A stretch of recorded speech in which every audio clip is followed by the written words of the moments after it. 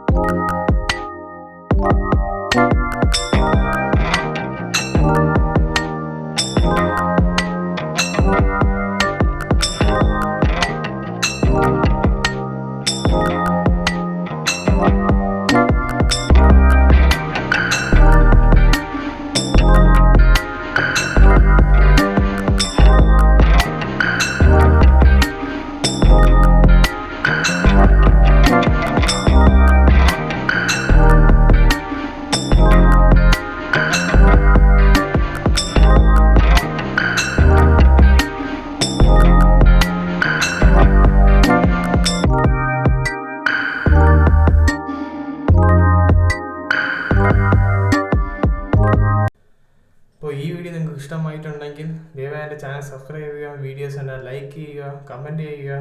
Until next video, signing off.